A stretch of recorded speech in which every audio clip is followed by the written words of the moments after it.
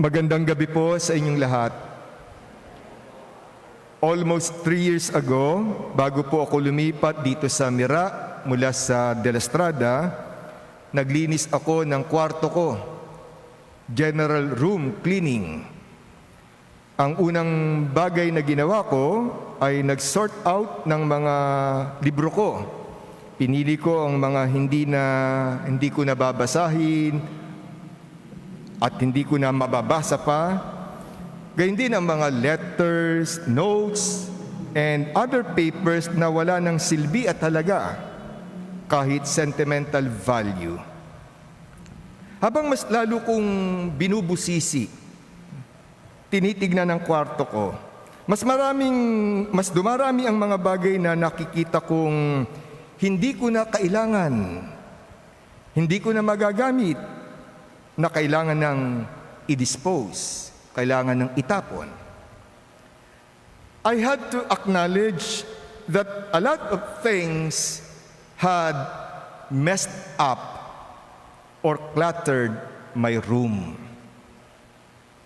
Ilang araw rin, actually linggo, ang inabot na paglilinis sa kwarto ko kasi sabay na rin ang pag-iimpake ng mga gamit ko dahil nga papalipat na ako ng parish assignment. Pagkagising ko isang umaga, napatungangan na lamang ako doon sa isang tambak na basura sa kwarto ko. At habang tinitignan ko ang isang tambak na basura, parang may nagsasabi sa akin, I'm sure it was God's Spirit. Nelson, do the same process of cleaning, cleansing, and uncluttering in your personal life. Even now, I need to do some serious house cleaning in my life, which is cluttered with material possessions, messed up with too much wants and inordinate desires, corrupted by worldly values, defiled by selfishness and egotism. I need to allow God to cleanse me of my sins. I need constant cleansing of my soul. Today's gospel reading is known as the cleansing of the temple. Natunghayan natin ang ginawa ni Jesus na paglilinis sa templo. Ang sagradong tahanan ng Diyos ay ginawang palengke ng mga nagbebenta ng hayop na pang-alay sa templo, ng mga nangangalakal ng pera o currency na nagsasamantala kasi binebenta nila ang temple coins, temple money na pambayad ng temple tax ng napakamahal. When Jesus saw this, anger rose within him, and he did some cleaning to the temple. Indeed, the temple needed a radical cleaning at that moment. Well, my dear friends, how about our personal temples? Hindi kaya tulad ng cabinet, kwarto, o bahay natin, nagtambakan at nagkalat ang napakaraming bagay na dapat na nating i-dispose sa buhay natin. Unang-una na ang mga kasalanan na dapat nating iwaksi. Just like our house or room, our life is easily cluttered. Junk accumulates, unwanted things pile up, good things can go bad in every turn. Our life is cluttered with evil thoughts and hurtful words, with envy and jealousy, with materialism and worldliness. It is cluttered with regrets and disappointments, with worries, fears, and anxieties.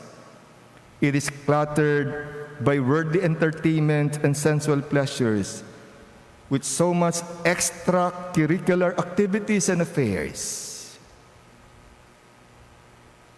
Masyadong cluttered ang buhay natin.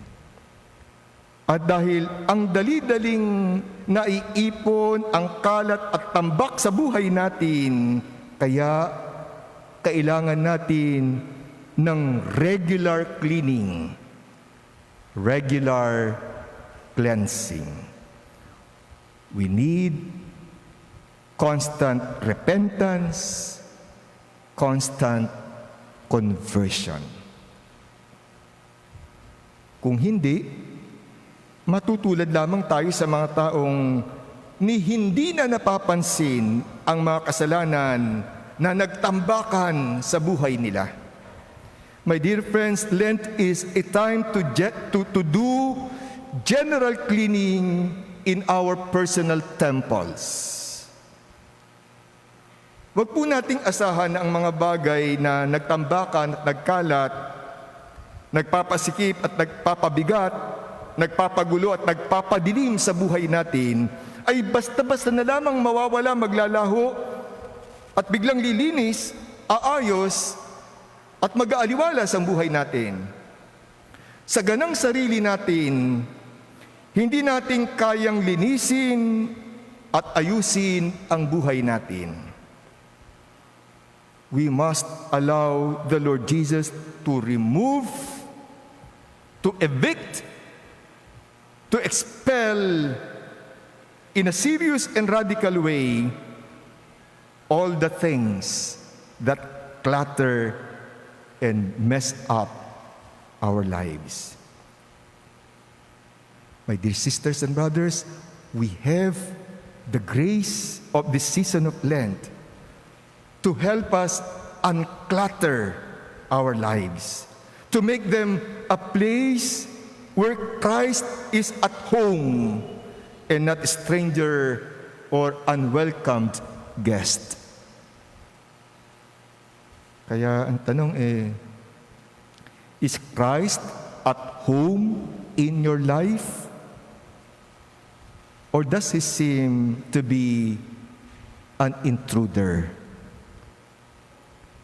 Lent is a time to be dramatic and decisive, to drive out the sin, the spiritual debris, and the clutter of our personal temples, and make room for Christ and for His gospel. Let us end with a prayer. Together we pray. Lord Jesus, cleanse our hearts which have been corrupted by inordinate desires, by envy and jealousy, by bitterness and unforgiveness, by greed and selfishness. Lord, cleanse our minds which have been polluted by malicious and lustful thoughts, by biases and prejudices, by disordered values and wrong priorities. Lord, cleanse our spirits, which have been defiled by worldly lifestyle and materialistic attitude, by things that make us forget what matters most in life. Cleanse us from our sins, Lord God. Put your power within us. Make each of us your dwelling place, a lovely temple of your Spirit. Amen.